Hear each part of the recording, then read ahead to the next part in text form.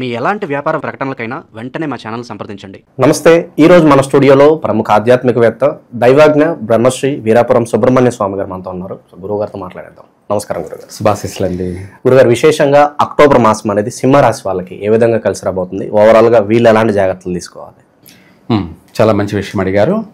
సింహరాశి వాళ్ళు ఈ యొక్క ఆశ్వేజ మాసం అక్టోబర్ నెల ఈ రాశి వాళ్ళకి కూడా లాభదాయకంగానే ఉంటుంది. ఈ మాసం వీళ్ళకు కలిసే వస్తుంది. సింహరాశి వాళ్ళకి మామూలుగా ఈ రాశిలో వాళ్ళకి పాపం చాలామంది ఎక్కువ శాతము అంటే ఒక్కొక్కరు కొన్ని విషయాలలో జీవితకాలం అన్నట్టుగా కష్టాలు నష్టాలు పడుతున్నారు. అంటే కొన్ని విషయాల్లో కొంతమంది వివాహ సంసార జీవితాల్లో అయితే, కొంతమందికి ఆర్థిక విషయాలలో అయితే, ఎక్కువ శాతం కొంతమందికి ఆరోగ్య విషయాలలో అయితే, ఒకటి పోతే ఒకటి అన్నట్టుగా, ఏమిటి ఒకటి పోతే ఒకటి అన్నట్టుగా ఇంకా కూడా అటువంటి సమస్య ఉన్నప్పటికీ మాస ప్రకారంగా మాసవారి ఫలితాలలో చూసుకుంటే ఆశ్వేజ మాసం వీళ్లకు అన్ని విధాలు కూడా అనుకూలంగానే ఉంది. గృహయోగ అవకాశము ఉంది. ఇల్లు కొనే ప్రయత్నాలు చేసుకున్నట్టయితే అవుతుంది కూడాను. అలాగే ఇదే కాకుండా నూతన వాహనాలు కూడా కొంటారు. ఏదైనా పాత వాహనాలను మార్పిడి చేసుకొని కొత్త వాహనాలు కొనడం కూడా జరుగుతుంది. ఇవి కాకుండా ఇంటికి సంబంధించినటువంటి వాస్తు ప్రకారంగా మార్పులు చేర్పులు అంటే కలిసి వచ్చేలాగా మరమ్మతులు చేసుకోవడం కూడా జరుగుతుంది. గృహాన్ని మార్పు చేసుకోవడాలు కూడా జరుగుతాయి. ఇవే కాకుండా వివాహ ప్రయత్నాలు కూడా ఈ రాశి వాళ్ళకి కలిసే వస్తుంది. ఆల్రెడీ ఎప్పటి నుంచో ప్రయత్నం చేస్తూ ఆగిపోయి ఉన్నటువంటి వాళ్ళకి కూడా మళ్ళీ మూమెంట్ వస్తుంది. ఈ మాసంలో శుభవార్తలు వింటారు, కలిసే వస్తుంది. అలాగే వివాహం కూడా అయ్యే అవకాశాలు ఉన్నాయి అధికంగా. అలాగే సంతాన విషయంలో మాత్రం కాస్త జాగ్రత్త ఉండాలి. సంతాన సౌఖ్యం ఉన్నా కూడా గ్రహణ ప్రభావాల వల్ల, ఎందుకంటే మొన్న చంద్రగ్రహణం, ఆల్రెడీ ఇప్పుడు సూర్యగ్రహణం జరుగుతుంది. సూర్యగ్రహణం అనేది మన భారతదేశంలో కనిపించకపోయినా విదేశాల్లో ఉన్నారు కదా మన వాళ్ళందరూ అక్కడ ఉన్నారు కాబట్టి వాళ్ళకి వాస్తవంగా కనపడుతుంది. విదేశాలలో చూసుకుంటే కోట్ల మంది ఉన్నారు మన తెలుగు వాళ్ళందరి కోసమై వాస్తవంగా చెప్పాలి కాబట్టి సంతాన విషయంలో జాగ్రత్త ఉండాలి. ఏదైనా నష్టాలు జరిగే అవకాశం ఉన్నాయి. సంతానం అంటే ప్రెగ్నెన్సీ విషయంలో అబార్షన్లు జరిగే అవకాశాలు ఉన్నాయి. అభివృద్ధి విషయాలలో కూడా పర్వాలేదు, నష్టమేమీ లేదు. పిల్లల వల్ల తల్లిదండ్రులకి ఏదన్నా అపకీర్తి వచ్చే అవకాశాలు కనిపిస్తాయి. ఉన్నాయి, అది కూడా ఉన్నాయి. ఎందుకంటే ఆల్రెడీ ఈ సూర్యగ్రహణం వచ్చేసి సింహరాశిలోనే జరుగుతుందన్నమాట. ఈ సింహరాశి వాళ్ళకి సింహరాశిలోనే జరుగుతుంది కాబట్టి ఈ యొక్క గ్రహణ ప్రభావం అనేది అధికంగా ఉంది అన్నమాట, నెగిటివ్. దానివల్ల ఏంటంటే సంతాన విషయాల్లో పిల్లలకి ఏదైనా సరే లోటుపాట్లు, అవయవ లోపాలు కలిగే అవకాశం ఉంది, లేదంటే నష్టం జరిగే అవకాశం ఉంది. లేదంటే పిల్లలు సింహరాశి వాళ్ళైతే ఆ పిల్లల వల్ల తల్లిదండ్రులకి కాస్త పరువు ప్రతిష్టలకి సంబంధించి భంగం వాటిల్లే అవకాశం ఉంది. కొన్ని విషయాలలో ఇలా ఉంది. అభివృద్ధి విషయాలలో ఎప్పటి నుంచో పెండింగ్ పడినటువంటి పనులన్నీ కూడా ఈ మాసంలో పూర్తి చేస్తారు, కూడా అభివృద్ధి చెందుతారు. విదేశీయాన యోగం గురించి ప్రయత్నాలు చేసుకునే వాళ్ళు చేసుకోవచ్చు. అక్కడ వెళ్ళి స్థిరపడతారు, చక్కగా కలిసి వస్తుంది. ఆ కోరిక కూడా నెరవేరుతుంది. ఇదే కాకుండా కుటుంబ సభ్యుల యొక్క సహాయ సహకారాలు కూడా అందుతాయి. కుటుంబ సఖ్యత సౌఖ్యము కలుగుతుంది.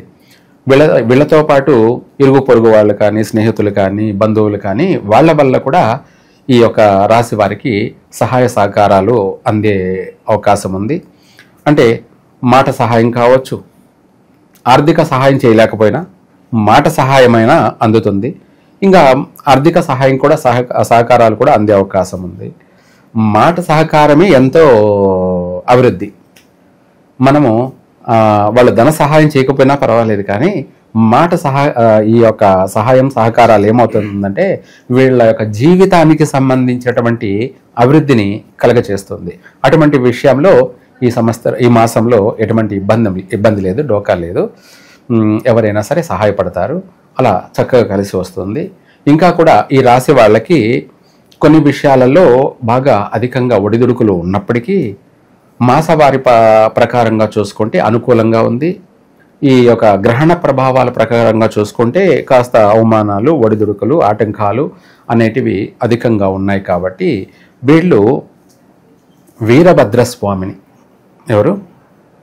సింహరాశి వాళ్ళు వీరభద్రస్వామిని ఎక్కడైనా సరే ఉన్నట్టయితే ఆయనను దర్శించడం కానీ, ఆ యొక్క వీరభద్రస్వామి దేవాలయంలో ఒకరోజు నిద్ర చేయడం కానీ,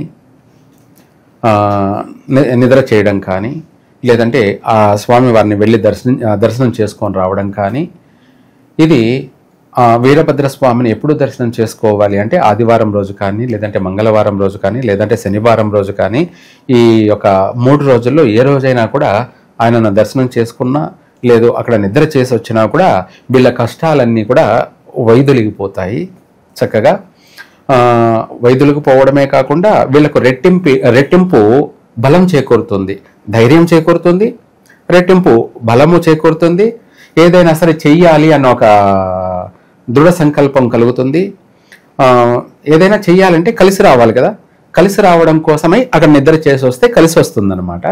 అప్పుడు వీళ్ళకు కోరిక కలుగుతుంది, చెయ్యాలి, ఏదైనా సరే సాధించాలి, మనము కూడా 10 మందిలో బాగుపడాలి అని చెప్పి ప్రతి విషయంలో కూడా, ప్రతి రంగాలలో కూడా వీళ్ళకు ఒక నమ్మకం కలుగుతుంది.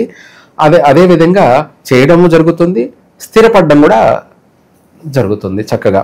దీంతో పాటు ఈ గ్రహ బాధలన్నీ కూడా వైదొలిగిపోతాయి, గ్రహణ బాధలన్నీ కూడా వైదొలిగిపోతాయి, గ్రహ బాధలు వైదొలిగిపోతాయి. వీటితో పాటు నరదృష్టి నశించిపోతుంది. అంటే చెడు దృష్టి అనేది, నెగిటివ్ అనేది పోతుంది, పాజిటివ్ అనేది ఎనర్జీ కలుగుతుంది.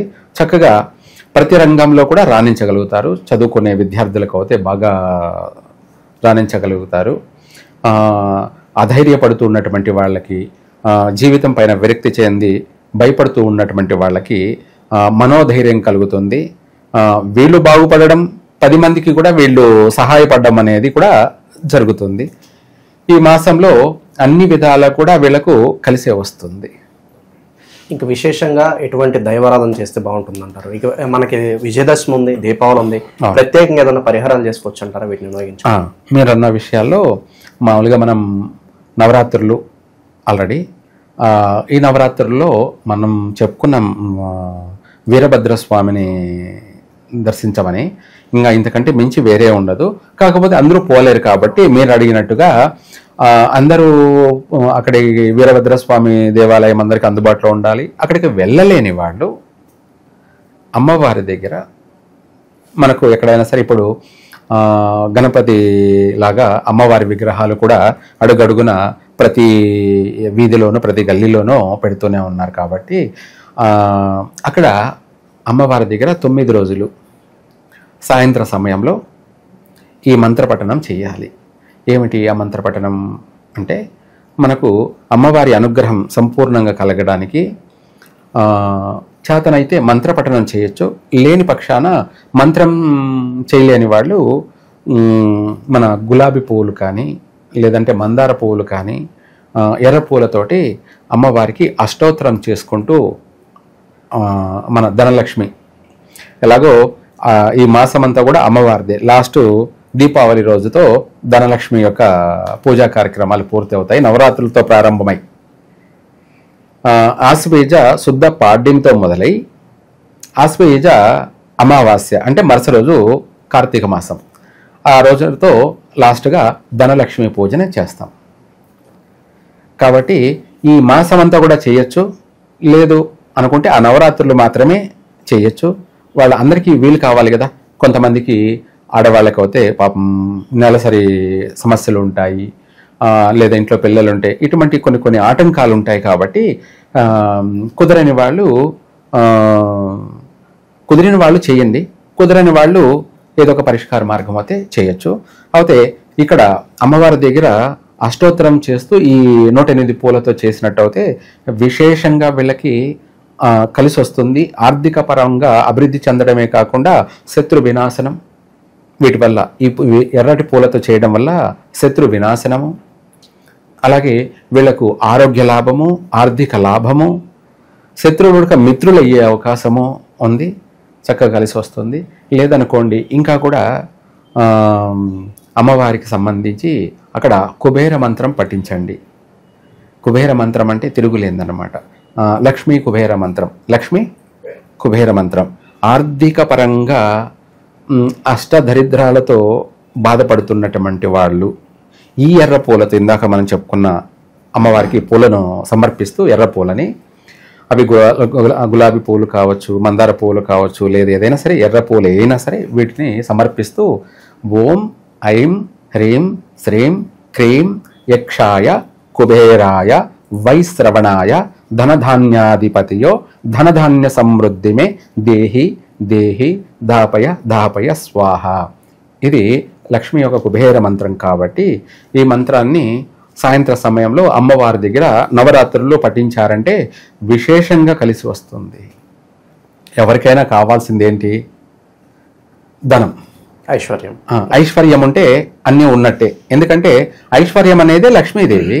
లక్ష్మీదేవి మన దగ్గర ఉన్నదంటే వాళ్ళు లక్ష్మీపుత్రులు. ఏమంటారు? లక్ష్మీపుత్రులు అంటే లక్ష్మీదేవి సాక్షాత్కారంగా వాళ్ళ దగ్గర ఉన్నట్టు. ఇంకేం కావాలి? అన్నీ ఉన్నట్టే, అన్నీ అష్టలక్ష్మి అనుగ్రహం కలిగినట్టే. ధైర్యలక్ష్మి, విజయలక్ష్మి, వీరలక్ష్మి, సంతానలక్ష్మి, ధాన్యలక్ష్మి, ధనలక్ష్మి, వరలక్ష్మి, ఇలా చెప్పుకుంటూ పోతుంటే అన్ని అమ్మవార్ల యొక్క అనుగ్రహం సంపూర్ణంగా కలుగుతుంది. ఈ సింహరాశి వాళ్ళకి ఈ సంవత్సరమే కాదు, ఈ జన్మకి తిరిగి ఉండదన్నమాట. ఈ జన్మకు సంబంధించి వచ్చే అంతటి ఫలితం అనేది మనం చెప్పిన పరిష్కార మార్గం. సర్వే జన సుఖినో భవంతు.